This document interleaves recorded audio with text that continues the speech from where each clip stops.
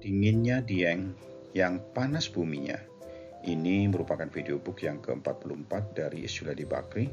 Karena dalam smartphone format, pastikan videobook disimak pada full screen display dan YouTube di set higher picture quality. Assalamualaikum warahmatullahi wabarakatuh sahabat. Videobook Dinginnya Dieng yang panas buminya adalah sebuah catatan perjalanan geowisata edukasi ke wilayah Pegunungan Dieng melalui jalur utara, lewat Batang. Bukan jalur utama memang, tapi cukup menantang medannya. Geowisata di daerah pegunungan yang dingin ini, selain menikmati panoramanya yang indah, juga untuk mempelajari dari dekat tentang panas bumi, sumber energi baru terbarukan yang bisa untuk membangkitkan listrik. Listrik adalah energi masa depan.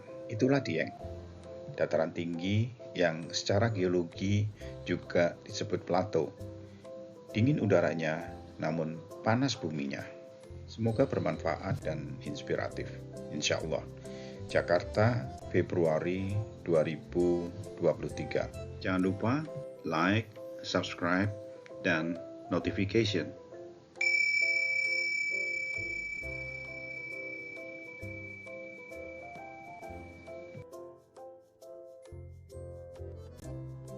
Jalur Utara Dieng, Rabu 6 Juli 2022, kami melakukan perjalanan geowisata ke Pegunungan Dieng dari Jakarta melalui jalur utara lewat Batang. Bukan jalur utama memang. Jalur ini jauh lebih berat dibanding jalur selatan lewat Wonosobo yang merupakan jalur utama. Jalur Batang jalannya sempit dengan belokan tajam meliuk-liuk, naik turun sangat terjal, gelap berkabut di waktu senja.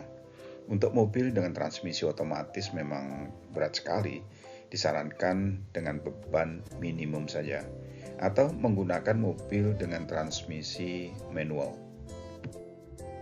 Peta berikut menunjukkan lokasi dataran tinggi Dieng, serta rute perjalanan kami dari Jakarta menuju Dieng. Karena kami menggunakan mobil transmisi otomatis dengan penumpang penuh, untuk mengurangi beban terpaksa semua penumpang diturunkan dan naik ojek untuk melanjutkan perjalanan. Jasa pemandu jalan sekaligus tukang ojek tersedia dan sudah biasa rupanya. Namun, ini merupakan pengalaman luar biasa bagi kami, terutama cucu yang memang senang dongeng tentang geologi. Menegangkan tapi menyenangkan, ditambah pengetahuan tentang gunung berapi dan energi panas bumi.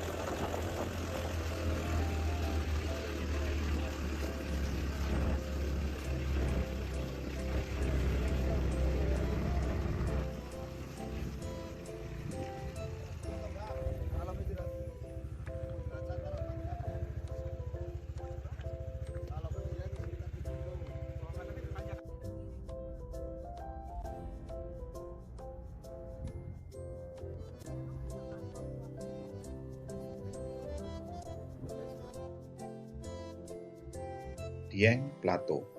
Dataran tinggi Dieng yang juga disebut Dieng Plateau terletak di ketinggian 2093 meter di atas permukaan laut. Suhu rata-rata di sana berkisar antara 16 sampai 20 derajat Celcius. Bahkan di musim tertentu sering muncul embun es di pagi hari. Daerah dingin memang. Namun walaupun di atas dingin, ternyata di bawah permukaan buminya menyimpan panas yang tinggi, sumber energi yang abadi. Dataran tinggi ini sebetulnya merupakan kaldera raksasa sebuah gunung berapi. Kemudian di kawasan kaldera itu muncul kawah-kawah baru yang masih aktif.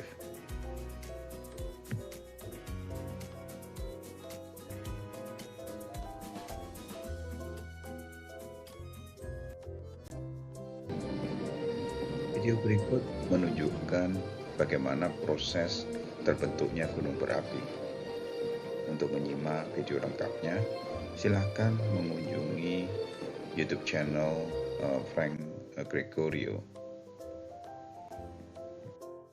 Sedangkan ini adalah diagram terbentuknya kaldera secara umum. Kaldera adalah kawah gunung berapi yang luas, yang kemudian di dalamnya tumbuh anak gunung beserta kawah-kawah yang baru.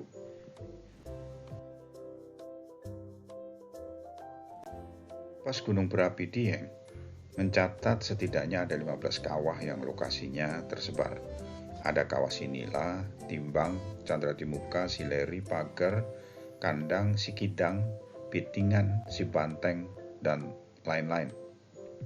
Selain mempunyai objek-objek geowisata dengan panorama alam yang indah, sejuk, dan peninggalan sejarah berupa candi-candi yang sangat menarik, Dieng mempunyai potensi energi panas bumi atau geothermal yang besar. Potensi energi tersebut besarnya sekitar 450 MW ekuivalen. Namun, saat ini kapasitas PLTP atau pembangkit listrik tenaga panas bumi yang terpasang baru 70 MW, terdiri dari Dieng Unit 1 60 MW plus Small Scale Unit 10 MW.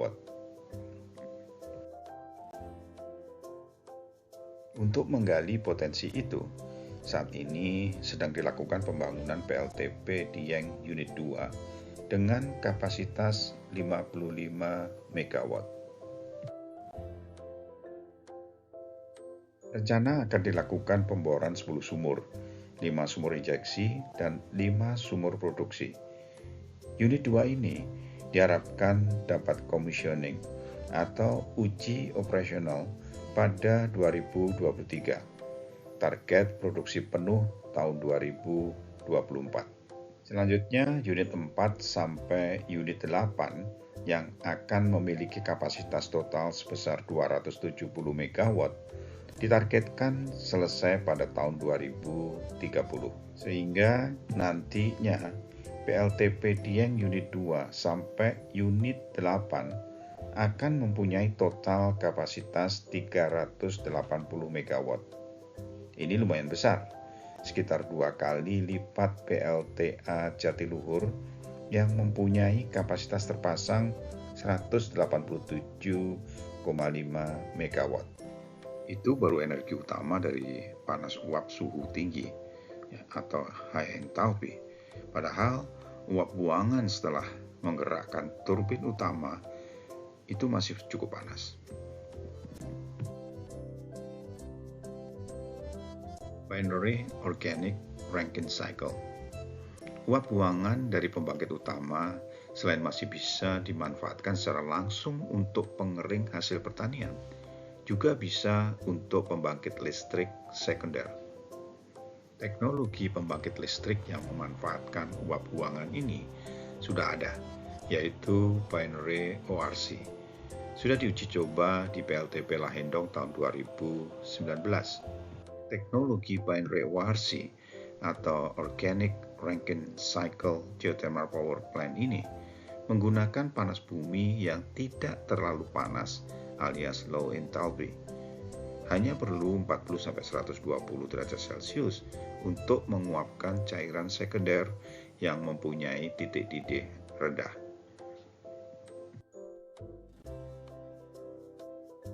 Diagram berikut menunjukkan bagaimana cara kerja Binary Cycle Power Plant yang memanfaatkan uap sisa buangan pembangkit listrik utama.